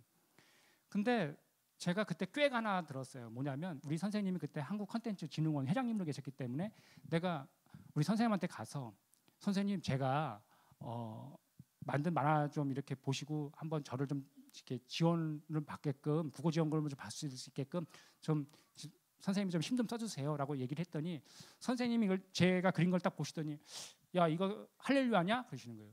왜요? 그랬더니, 야, 여기 성경 말씀이 너무 많이 나오는데. 그랬더니, 네. 그랬더니, 야, 이거 국가 돈은 이렇게 특정 종교를 밀어줄 수가 없어. 이거를 좀 각색해가지고 오면 내가 심사위원들한테 한번 얘기해 볼게. 그래서 제가 우리 아내한테 가서 얘기했어요. 여보, 이거 철력제에 나오는 주인공 크리스천을 좀 크리스탈로 좀 바꾸고 이렇게 좀 각색을 해가지고 이렇게 가면 선생님이 좀 국고 지원을 받을 수 있게끔 얘기해 주신다네. 그러니까 저희 아내가 저를 한심하다는 눈으로 쳐다봐요. 그러면서 저희 아내가 딱 한마디 했어요. 여보, 제자 교육 한 번 더 할래? 근데 그 다음 날이 저는 주일학교 교사로 있었었는데요. 주일학교 교사 내는데 헌금송을 내는데 4개 있는 향유 옥합 주께 가져와 하는데 눈물이 터져 나오는 거예요. 저는 젊은 날 가정을 꾸릴 수도 없는 사람이었었고, 죽을 수밖에 없는 나의 인생을 하나님이 불쌍히 여기셔서 지금까지 살려주시고 이렇게 했는데, 나는 11조를 정확하게 내던 사람이에요. 몇 원까지 정확하게 내던 사람인데, 하나님 앞에서 그걸 계수하는 제 자신의 그 초라함과, 다 전체가 하나님이 주신 건데 그것에 대한 것을 카운팅하는 제 자신이 그렇게 초라할 수가 없었어요. 그날 저녁 때 아내한테 가서 얘기했습니다. 여보, 집을 뺐으면 좋겠어. 그러니까 저희 아내가 아멘! 딱 그런 거예요. 강남구 노현동에 있는 그 집을 빼서 경기도 광주 오포라는 곳에서 철로역정을 한 장 한 장 그리기 시작했었어요. 철로역정을 한 장 한 장 그리면 하나님이 나를 복되고 복 주셔서 일이 순탄하게 다 풀릴 줄 알았어요. 그때까지 출판사가 잡혀지지 않은 상태에서 원고를 계속 만들고 있었었고, 그림을 한참 그리는데 오른손 검지 인대가 퉁퉁 붓기 시작했었어요. 동네 작은 병원을 갔더니 더 큰 병원 가라. 큰 병원 가서 종합검진 받아보니까 오른손 검지 인대가 끊어졌다는 거예요. 그림 그린 사람한테 오른손 검지가 끊어지면 축구 선수한테 공을 차지 말라는 것 아닙니까? 깁스가 돼 있고 하나님을 원망을 했더니 손가락 약지 배경이 오면서 손가락이 휘었어요. 다치면 손가락이 다치고 또 손가락이 이제 왼손이 이제 5번 찢어지고 다치면 손만 계속 다치는 겁니다. 그리고 또 엎친 데 덮친 격으로 빈궁한 삶은 더 엎친 데 덮치게 되잖아요. 그나마 타고 다니던 차가 있었는데 이 차가 망가진 거예요. 근데 제가 매번 망가질 때마다 사람이 너무 조급하고 사람이 갈급하면 사람들이 일반 사람들이 그 이해할 수 없는 그 이상한 행동을 하는데, 제가 어떤 행동을 했냐면 엔진 번네트에다가 안수도를 했어요. 나사 예수 이름을 하면 시동이 걸릴지어다. 돈이 없으니까요. 시동이 걸리는 거예요. 그래서 매번 돈이 없을 때마다 안수기도로 얘를 6번 살려내고 7번째는 얘가 완전히 돌아가셔서 이 차를 이제 폐차를 하고 저는 이제 뚜벅이가 됐어요. 점점 예수님을 잘 믿어보려고 하니까 점점 거지가 돼요. 예수님을 잘 믿어보려고 하니까 사람들한테 조롱을 당합니다. 심지어 철로역정을 그리는 그 연수가 오른손 검지인대가 끊어지고 나니까 아무것도 할 수가 없으니까 철로역정을 번역된 책이 우리나라에 지금 한 32종의 책이 있어요. 그 책을 다 가져와서 이 책을 3번씩만 읽으면 100번을 읽어요. 제가 백독을 하고 나서 내가 쓴 시나리오를 다시 한번 읽어봤어요. 제가 이 시나리오를 쓰고 나서 제가 화들짝 놀랬던 계기가 있는데, 그게 뭐냐면 여름철 그 집사님 권사님들 이런 거 해보셨지 않습니까? 철로역정 해가지고 뭐 관문 통과하는 거 교회에서 여름철 성경학교 때 한번 주일학교 때라든지 그런 거 한번 해보시지 않나요? 뭐 믿음의 방, 진실의 방, 마귀와 싸우는 방에서 방방방 다 통과해가지고 우리가 나중에는 하나님이 계신 천국에 들어간다라는 거 한번 해보셨을 거예요. 근데 제가 글을 어떻게 썼었냐면 이렇게 썼었어요. 내가 이 모든 관문을 다 깨우고 신앙의 레벨 값을 좀 많이 쌓고 성화를 많이 이루면 이 방을 내가 통과할 수 있다라고 이렇게 썼어요. 마치 게임에 RPG 게임 하듯이 내가 어떤 레벨 값이 막 높으면 아이템도 많이 사고 그래서 막 때리면 다 방을 내심으로 다. 근데 천국은 하나님의 은혜로 가는 것이잖아요. 그래서 오죽하면 구원을 하나님이 주신 선물이다라고까지 얘기를 하는데, 이 선물을 망각한 채 내 의로 내가 잘해서 천국에 간다라고 하는 인본주의적 해석을 한 철로역정이 만들어진 거예요. 제가 그걸 읽고 나서, 저는 책을 읽고 나서 이렇게 써머리를 해가지고 이렇게 되게 되면 이게 대충 되겠지라는 이런 생각하에 만들었던 것인데, 제가 치명적인 오류를 했던 것이죠. 내가 죄인이야라고 자책했을 때 하나님께서 말씀을 통해서 나의 죄를 하나님이 씻겨주셨던 그 사건이 있어요. 이사야 43장 25절을 보게 되면 나 곧 나를 위하여 내 허물을 도말하는 자니 내 죄를 기억하지 아니라. 도말, 여기에 이 식탁에 흰 보자기를 이렇게 가려놓으면 여기는 이것이 안 보이지 않습니까? 도말은 가리운다는 뜻을 가지고 있어요. 우리의 죄를 도말, 기억하지 않는다는 그 말씀이 저를 회복시켰었고, 시편 103편 12절에 보게 되면 이런 말씀이 있습니다. 동이 서에서 먼 것 같이 우리의 죄가를 멀리 옮기셨으면. 내가 반복적으로 습관적으로 끊지 못하던 연약한 부분들이 있어요. 여러분들 반복적으로 습관적으로 남자들 특히 은밀히 하는 것에 대한 것들이 있습니다. 특별히 여자들보다도 남자들이 더 그런 게 많아요. 제가 한 집회를 갔습니다. 한 장로님이 조심히 따라오셔서 최 집사님 잠깐 얘기합시다. 그리고 중학교 애가 와가지고 집사님 좀 저한테 얘기할 게 있어요. 그래서 와서 했던 질문이 똑같다는 거 아십니까? 그 질문이 뭐냐면 야동을 못 끊는다는 겁니다. 그래서 제가 그 장로님한테도 제가 그 어린 친구한테도 집사님이 끊은 것 같아? 그렇게 얘기하시니까 잘 모르겠어요. 너 지금 끊었다면 첫날부터 다시 시작하는 거야. 하나님은 숨기는 것을 가장 싫어하셔. 그러니까 지킬 것 중에 너의 마음을 지키라 그랬어. 네가 지키지 못해서 만약에 허물어졌잖아. 그러면 죄는 사단 마귀는 이렇게 공격한다. 야, 너 그거 넘어졌지? 계속 정죄해. 맨 처음에 생각으로 죄를 지으려는 생각이 들어왔고 죄를 범하면서 그것이 계속 너를 힘들게 하는 거야. 그러니까 속이는 것이 더 나쁜 거야. 만약에 네가 넘어졌다면 다시 처음부터 시작하는 거야. 그게 반복적으로 습관적으로 넘어질지라도 하나님께 속이지 않는 신앙생활을 해라. 예전에 집사님이 치약을 가지고선 주일날 저녁이면 칫솔을 할 그 치약을 손에 발라서 치약으로 담배 냄새를 지우기 위해서 손 두 마디를 칫솔질을 했었던 그 얘기와 담배에 그렇게 맛있게 피던 사람이었었어. 근데 그걸 끊었던 그 얘기를 해줘요. 우리 지킬 만한 것 중에 더욱 마음 지키는 것이 얼마나 힘든지. 매번 반복적으로 습관적으로 집사님들 넘어지신다면 하나님께 솔직한 신앙생활 하시기를 간절히 소망드립니다. 담배 맛있죠. 한번 피고 나면 이걸 왜 폈을까 또 후회해요. 고기를 지글지글 굽습니다. 삼겹살을 입에 서면 육죽이 탁 터져 나올 때 씨앗이 된 소주를 탁 털어놓으면 목을 타고 내려오는 이 짜릿함. 땀을 많이 흘렸어요. 이 맥주 캔을 딱 까서 억억 하고 이렇게 마시면 이 목을 타고 내려오는 이 청량감. 그거를 제가 아는 사람이에요. 제가 여러분한테 안 한다라는 걸 자랑하려고 지금 얘기하는 것이 아니라 믿음의 단계가 있습니다. 이 존 버년도 이 철로역정을 쓸 때 그 수많은 등장 인물들이 가상의 인물들이 아니라 자기가 신앙생활을 했을 때 주변에 등장했던 사람들을 다 등장시킨 것입니다. 아직 신앙생활이 교회 가자 해도 고집 부릴 때가 있는 사람이 있고 교회 가자 했더니 데리고 왔더니 변덕을 부리고 안 나오는 그 시간에 친구들도 있고 그래서 나중에 결국은 그렇게 소망 없고 수다쟁이였고 변덕쟁이였던 사람들이 나중에는 크리스천으로 바뀌어가는 것입니다. 철로역정에서 얘기하는 이 책은 딱 하나를 얘기하고 있습니다. 우리들의 신앙생활의 길 여정 중에 당신은 어디를 지금 걷고 있습니까? 당신은 지금 어느 캐릭터에 가장 가깝습니까? 당신을 통하여 그리스도의 향기가 나오고 있습니까? 이 얘기를 계속 이 책에서는 계속 여러분들에게 던지고 있습니다.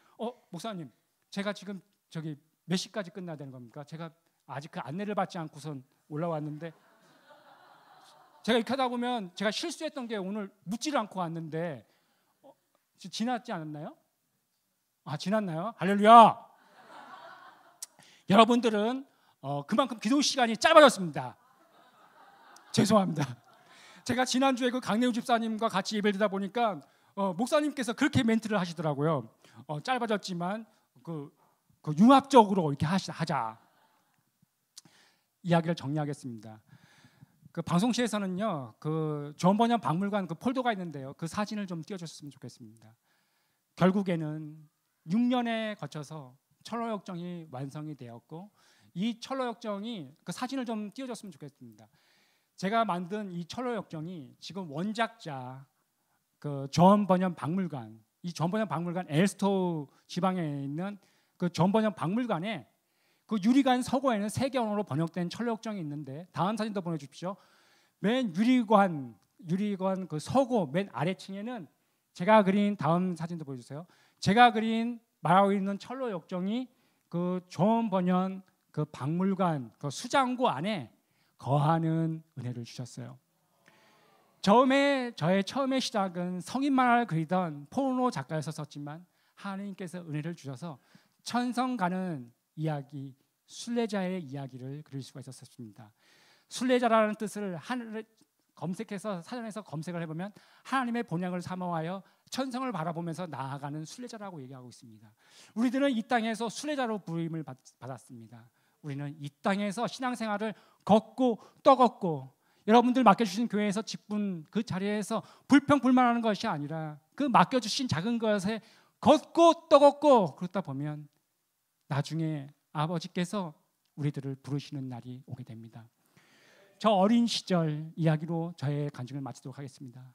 학교를 마치고 집에를 들어오게 되면 가방을 제일 먼저 말 위에다가 패대기를 치고 우리 동네 친구들과 오징어 인사, 망까기, 땅 따먹기를 하면서 맨 마지막 그 게임은 땅 따먹기를 했습니다.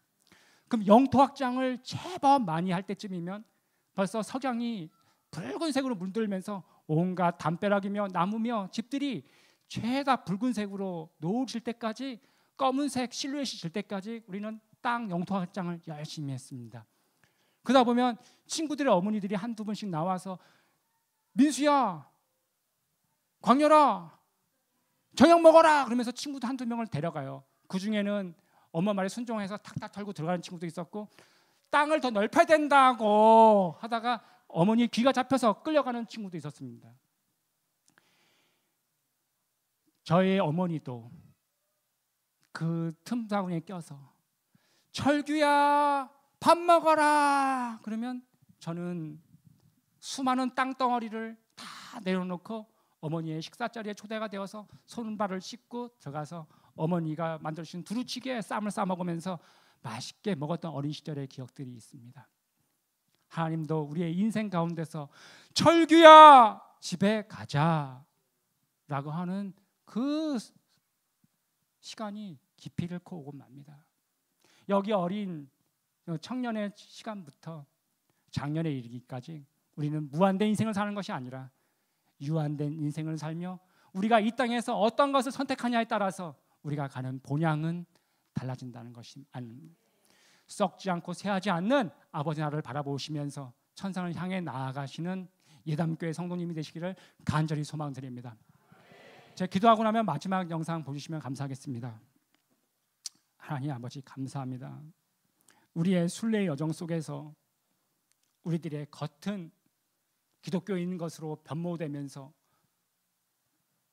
사람들에게 보일지라도 우리의 속사람이 정말 인격적인 하나님을 만난 것인지 고민케 하시고, 고린도서의 말씀처럼 그 고민이 나중에는 하나님이 주시는 그 고민이었다는 것을 알아가는 그 시간이 될 수 있도록 하나님 축복하시고 우리들을 선한 길로 인도하여 주시옵소서. 우리가 낭망할 즈음에 마귀는 우리들에게 불을 끄려고 하지만 철록장에 나오는 그 내용처럼 그 뒤편에 돌아가 보면 예수님이 우리에게 은혜의 기름을 계속 붓고 계시듯이 우리들이 하나님께서 주시는 그 은혜의 기름을 맞으며 천성을 하루하루 묵묵히 걸어나갈 수 있는 진정한 순례자의 삶 살아갈 수 있도록 아버지여 붙잡아 주시옵소서. 그렇게 행하실 예수님의 이름으로 기도드립니다. 아멘. 성인만 같은 거 안 그리겠다라고 그렇게 얘기했죠. 꿈을 왔는데 수술하는 그 당일날 아침에 진짜 폐가 정상으로 돌아온 거예요. 다시 살아가지고 나왔는데 이게 죄인지도 모르면서도 그냥 습관적인 그림이다 보니까 또 이렇게 그림을 그렸어요. 근데 내가 어떤 생각이 들었었냐면 성경 말씀을 읽는데 내가 완전히 큰 죄를 저질렀더라고요. 이게 성인 만화책 냈던 이게 죄덩어리인데요. 이걸 남겨둔 이유가 있어요. 다시 안 하려고. 다시 이렇게 안 넘어가려고. 이걸 보관하고 있는 거예요. 이거 볼 때마다 내가 다시 이쪽으로 하면 안 된다. 그런 생각들. 그리고 신명기 그 23장 그 말씀, 창기와 개 같은 자라는 표현이 성경에 나와요. 제가 개 같은 자였었거든요. 개 같은 자가 연보한 거 하나님이 받지 않는다라는 구절을 딱 보고 나서 속이 딱 뒤집어졌어요. 모르고 재진 거지. 나는 알고선 재진 거예요. 아니었었거든요. 그때서 잘못했다는 걸 알았었죠. 그 전까지 죽었다 살아나고 나서도 성인 말을 계속 또 그렸었거든요. 그게 죄인지도 모르면서 했던 거였었거든요. 사람의 결단은 한계가 있어요. 그러니까 죄를 지으면 그걸 숨길 게 아니라 바로 아버지한테 그냥 가는 거예요. 나는 넘어질 것이 100%거든요. 그렇지만 아버지가 나를 잡아주실 것도 100%거든요. 그걸 신뢰한다면 넘어지고 쓰러지고 몇 번 했겠지만 결국에는 아버지가 일으켜 세워가지고 그 길 갈 수 있도록 이렇게 인도해 주시거든요. 그러니까 내 자신을 보면 소망은 없지만 아버지를 보면 소망이 있는 거죠. 제가 그걸 알았어요. 기적은 기적일 뿐이에요. 그 기적이 예수님을 만난 것은 아니에요. 말씀으로써 성장해 가는 것이 아버지가 원하는 것이지, 하나님이 내가 존귀한 자가 아니고 내가 쓰레기 같은 자인데 내가 이렇게 일갈 때에 지금까지 이렇게 오니까 하나님이 나를 이렇게 존귀하게 해주시는구나, 그런 생각이 들더라고요. 하나님이 이렇게 해주셨나 보다 라는 생각.